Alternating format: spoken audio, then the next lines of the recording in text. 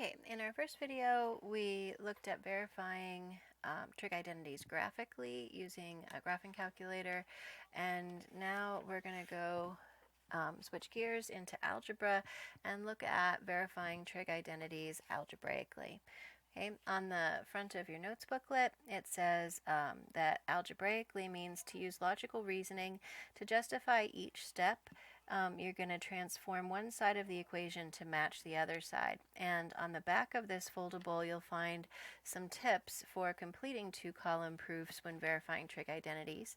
Okay, the first one is never work on both sides of the equation at the same time. We're going to be writing two-column proofs, so you want to take the more complicated side and use that as your given statement at the beginning, and then you're going to work your way down through your steps with logical reasoning until you get to the end, which should match what your less complicated side looks like if it's an identity. Okay, when you're trying to fill in the reasons for your proof, you want to ask yourself what's changing from line to line, and the answer to that question will be the reason that you list. And then you also want to recall your Trig Identity Hexagon that we learned last week for your fundamental identities. And just a quick reminder that when you go diagonal, right, those are your reciprocal identities. So secant is the reciprocal of cosine.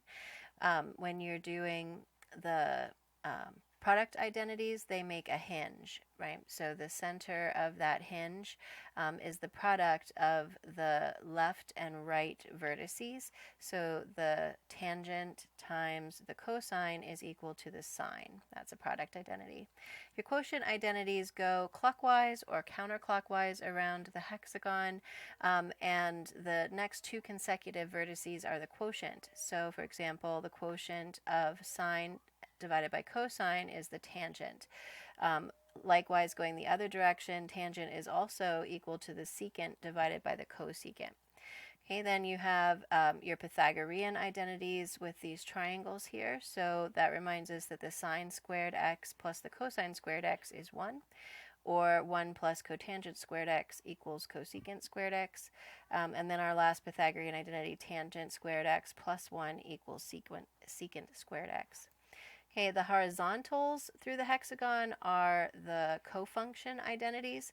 So the tangent is equal to the cotangent of pi over 2 minus x, or the sine is equal to the cosine of pi over 2 minus x. Secant is equal to the cosecant of pi over 2 minus x. That also works the other direction, those cofunctions. So the cosine is equal to the sine of pi over 2 minus x. Okay, then we have, last but not least, our even-odd identities. And to remember those, you look for the abbreviation that has an E in it, and that one will be even. So secant has an E. That means secant is an even identity, and its reciprocal will be even as well. So secant and cosine are even. That means that the secant of negative x equals the secant of positive x. Cosine of negative x equals cosine of x. That's our even identity. All the other four are odd functions, so we'll use odd identities. So for example, the sine of negative x would be equal to negative sine of x. Tangent of negative x equals negative tangent of x, and so on. Okay, so those are your tips for completing your trig identity proofs algebraically.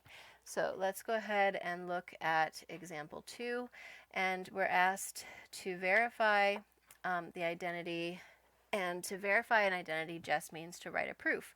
So we're going to verify that the cosine of x times the tangent of x is equal to the sine of x. So if I list that more complicated side in my given information, cosine of x times tangent of x. Okay, I want to show that that's equal to the less complicated side, which is the sine of x. And so that's going to be where I'm headed at the bottom. Okay, and I'm told in the reasons here to use a quotient identity. Well, I know that tangent is the quotient of sine over cosine. So let's go ahead and swap that out. So we'll have cosine of x times, and then tangent, we're going to replace that with the quotient identity sine x divided by cosine of x.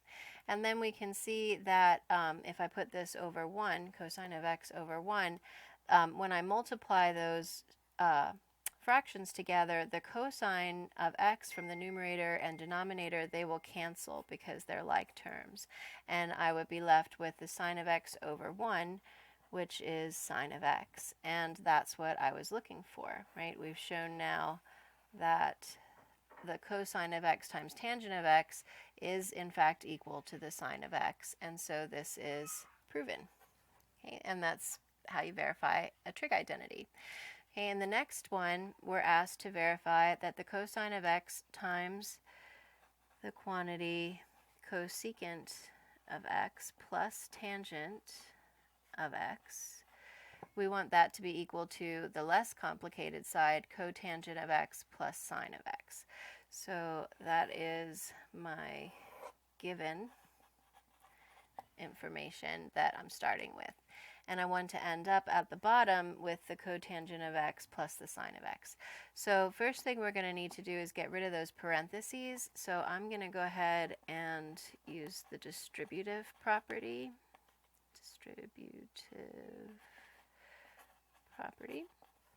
Okay, and that will give me the cosine of x times the cosecant of x, and then plus the cosine of x times the tangent of x, using the distributive property.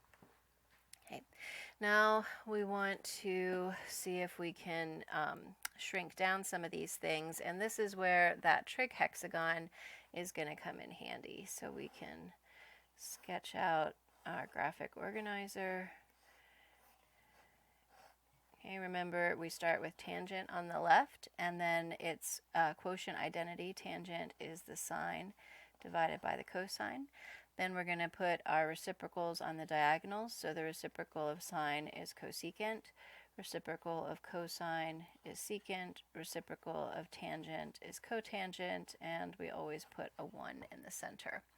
So if I look at my product here, I have the cosine of x times the cosecant of x, and cosine is here and cosecant is here. And remember that the vertex to the left and right of a trig function will always equal its product. So that means that the product of the cosine times cosecant, that's equal to the cotangent. So I'll have the cotangent of x plus the cosine times the tangent. And that is using a product identity. Okay. Now let's look at the cosine times the tangent. So here's my cosine, here's my tangent, and in the middle they meet together at sine.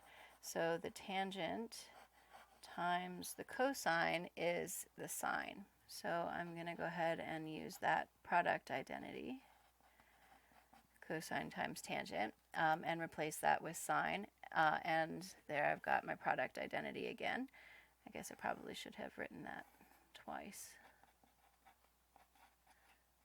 There we go. Okay, and now we have finished our two-column proof because, look, we've gone from cosine of x times the cosecant of x plus the tangent of x. That now is equal to the other side, which was cotangent of x plus sine of x. So that means that this identity has been verified.